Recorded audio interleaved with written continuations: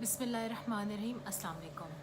आज हम बात करेंगे उन दुआओं के बारे में जो हम गलत मांगते हैं अल्लाह ताला से। दुआ करना सबको अच्छा लगता है क्योंकि दुआ अल्लाह से क़ुर्बत का ज़रिया है। दुआ अल्लाह के सामने अपनी हाजात को और उन तमाम ज़रूरियात को जो हम दिल में रखते हैं, जो हम किसी से नहीं कह सकते, वो हम दुआ के ज़रिए अल्लाह ताला के सामने रख देते हैं। तो दुआ बेसिकली बंदे का और अल्लाह ताला का कनेक्शन है। तो इस कनेक्शन को सही तरीके से होना चाहिए क्योंकि जितना ये कनेक्शन सही तरीके से बिल्टअप होगा उतना कवी इम्कान है कि हमारी दुआ कबूल होगी। तो पहली दुआ जो हम मांगते हैं कि ए अल्लाह तू हमें आजमाइश में ना डालना।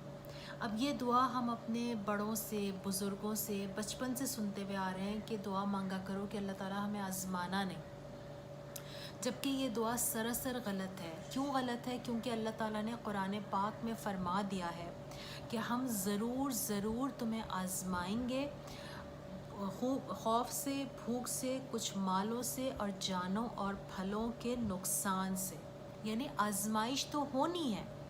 आपने दुआ ये करनी है कि अल्लाह हमें हर आजमाइश में साबित कदम रखना, साबित कदमी हमारे अंदर पैदा कर दे, मुस्तकिल मिजाजी पैदा कर दे कि जब कोई आजमाइश आए तो हम अल्लाह की तरफ पलटे और उस आजमाइश को दूर करने के लिए उस आजमाइश में जो भी काबिल ज़िक्र काम करने हैं, कोशिश करनी है, अल्लाह तू हमसे वो सारे काम ले ले। बेसिकली हमारा इम्तिहान ये है। हमारा इम्तिहान ये नहीं है कि आजमाइश आई क्यों है, हमारा इम्तिहान ये है कि आजमाइश आ गई है, जो कि आनी थी, आ गई, नसीब में लिखी हुई थी। अब उस पे आप करते क्या हैं, ये बहुत इम्पॉर्टेंट है। असल में ये चीज़ अल्लाह ताला आपके और मेरे अंदर देखना चाहते हैं और इसी चीज़ की आजमाइश है इंसान के लिए। बाज़ औक़ात हम ये बिलीव बना लेते हैं कि हम तो इतनी दुआएं कर रहे हैं तो अल्लाह तो हमारी सुनता नहीं, फिर भी अल्लाह हमें आजमाए जा रहा है, आजमाए जा रहा है। एक आजमाइश ख़त्म होती है तो दूसरी आ जाती है, दूसरी ख़त्म होती है तो तीसरी आ जाती है। पता नहीं अल्लाह हमसे हमें क्यों आजमा रहा है, शायद अल्लाह हमसे नाराज़ है। तो उसके बारे में भी है ना कि अगर तुम आजमाइश की वजह से अल्लाह को याद कर रहे हो उस मुश्किल के सबब, तो समझ लो कि ये तुम्हारी आजमाइश है। और अगर तुम उस मुश्किल के वजह से अल्लाह से दूर हो गए हो तो समझ लो कि ये तुम पर अल्लाह का अज़ाब है। तो हमें इसके ऊपर परेशान होने के बजाय हमें उस आजमाइश में जो कोशिश करनी है, जो मेहनत करनी है और जिस तरह से उस आजमाइश से निकलना है, हमें उसके बारे में सोचना है। ठीक है? तो आज के बाद जब भी आप दुआ मांगे तो इस तरह मांगे कि अल्लाह हम तुझसे आजमाइश नहीं मांगते, लेकिन जो आजमाइश आ ही गई है अल्लाह तू हमें उसमें साबित कदम रख और हमें उससे निकलने की और बेहतरीन अमल करने की तौफीक अता फरमा। दूसरी दुआ जो हम करते हैं कि अल्लाह मुझे सब्र अता फरमा, अल्लाह तू मुझे सब्र की तौफीक अता फरमा। ये भी नहीं करना चाहिए। क्यों? क्योंकि सब्र हम कब करते हैं? तकलीफ़ के मौके पर। अब हम अल्लाह ताला से सब्र मांग रहे हैं कि अल्लाह तू हमें सब्र करने की तौफीक अता फरमा। तो सब्र करने की तौफीक कब मिलेगी? जब तकलीफ़ आएगी। इसके बजाय अगर हम अल्लाह से ये दुआ मांगें कि अल्लाह तू हमें शुक्र की तौफीक अता फरमा, क्योंकि शुक्र हम कब करते हैं? जब हमारे पास अल्लाह की नेमतें आती हैं और अल्लाह ताला को शुक्र करना, उसकी शुक्रगुजारी करना बहुत पसंद है। तो आपने आज के बाद अल्लाह ताला से शुक्र की तौफीक मांगनी है। मैं आपके साथ अपनी पर्सनल बात शेयर करूं कि मैं जब भी दुआ के लिए हाथ उठाती हूं तो मैं हमेशा ये बात करती हूं कि अल्लाह तू मुझे बहुत शुक्र करने वाला बंदा बना ले, तू मुझे बहुत ज़्यादा शुक्रगुजारी की तौफीक अता फरमा।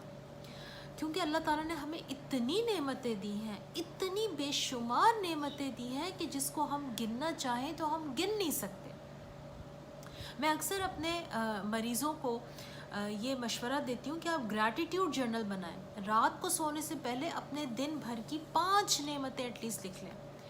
अब कोई कहेगा कि हाँ वो आज मैंने इतना कमाया, आज मेरी सैलरी आ गई तो ये हो गया। आप छोटी छोटी 5 नेमतें गिनें।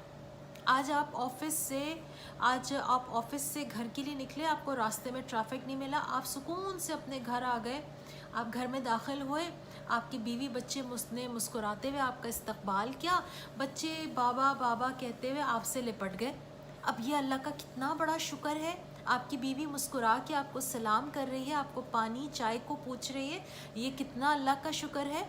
آپ کا شوہر گھر آیا، اس نے آپ سے مسکرا کے بات کی، وہ آپ کے لیے راستے میں آتے ہوئے کوئی پھول لے کر آیا، کوئی پھل فروٹ لے کر آیا، یہ اللہ کا کتنا شکر ہے. آپ کی ماسی ٹائم پر آ گئی، یہ اللہ کا کتنا شکر ہے. اب یہ چھوٹی چھوٹی چیزیں ہیں جو آپ کو گریٹیٹیوڈ سکھاتی ہیں. اگر ان چیزوں کو ہم اپنی زندگی میں شامل کر لیں تو ہم کتنے اللہ کے شکر گزار بندے بن جائیں گے. اور یہ اللہ کا وعدہ ہے کہ تم شکر ادا کرو، میں تمہیں بہت نوازوں گا، میں تمہیں بے تحاشا نوازوں گا. تیسری دعا کی طرف چلتے ہیں. تیسری جو غلط دعا ہم اکثر کرتے ہیں کہ ہم اللہ پاک سے منزل نہیں مانگتے بلکہ راستہ مانگتے ہیں. وہ کیسے؟ ہم اللہ تعالیٰ کو مخصوص کر کے بتاتے کہ اللہ مجھے خوشی چاہیے، اے اللہ مجھے صرف اسی راستے سے خوشی دینا. یعنی ہم اس راستے کو اپنے لیے مخصوص کر لیتے ہیں اور ہم اپنے ذہن میں یہ بٹھا لیتے ہیں کہ جب مجھے اس کمپنی میں نوکری ملے گی یا میری جب فلاں شخص سے شادی ہو جائے گی میں تبھی خوش رہ سکوں گا. اب یہ آپ کو نہیں پتا کہ اللہ تعالیٰ نے اس کمپنی میں آپ کی نوکری سے آپ کے لیے خوشی کو رکھا ہے یا وہاں آپ کے لیے کوئی اور مشکل تیار کھڑی ہوئی ہے. اور یہ آپ کو نہیں پتا کہ جس انسان سے آپ شادی کرنا چاہتے ہیں، یہ کرنا چاہتی ہیں، وہ انسان آپ کی زندگی کے لیے، آپ کی دنیا اور آخرت کے لیے بہتر بھی ہے یا نہیں. جب ہمیں ان چیزوں کا اندازہ نہیں ہوتا، جو کہ ہمیں واقعتاً نہیں ہے، کیونکہ غیب کا علم، غیب کا حال صرف اللہ جانتا ہے. تو آپ نے کیا کرنا ہے کہ آپ نے اللہ تعالیٰ سے دعا کا مانگنے کا سلیقہ چینج کرنا ہے. یعنی آپ نے اللہ تعالیٰ سے یہ نہیں کہنا کہ مجھے صرف وہیں شادی کرنی ہے یا مجھے صرف یہی جاب کرنی ہے تبھی میں خوش رہوں گا. نہیں، آپ اللہ تعالیٰ سے مانگیں کہ اللہ مجھے ایک اچھا معاش، جائز اور حلال معاش عطا فرما.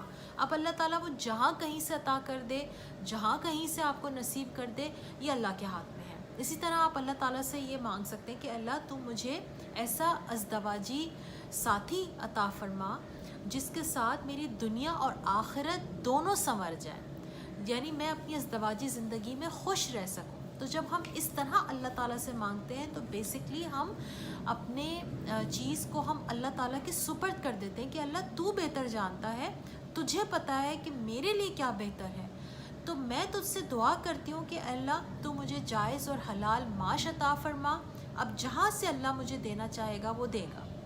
تو اس طرح سے ہم اپنی دعاؤں کو بہتر طریقے سے مانگ کر ہم اللہ کے اور زیادہ نزدیک ہو سکتے ہیں. ہم اپنی اللہ سے قربت بڑھا سکتے ہیں، ہم اللہ سے کھل کے بات کر سکتے ہیں، کیونکہ اللہ وہ ہستی ہے جس سے آپ کھل کر بات کر سکتے ہیں. باقی بندوں سے آپ کھل کر بات نہیں کر پاتے. بندوں سے بات کرتے ہوئے ایک جھجک ہوتی ہے، دل میں خیال آتا ہے کہ پتہ نہیں یہ شخص کیا سوچے گا میرے بارے میں، پتہ نہیں یہ میرے بارے میں کیا بات کرے گا.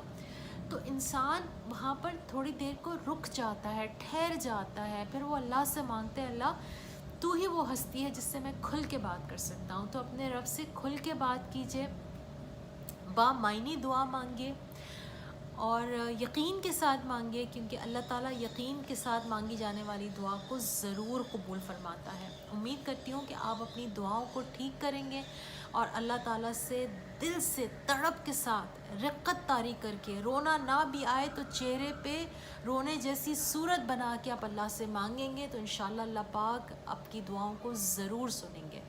اپنا بہت سارا خیال رکھیے. اللہ حافظ.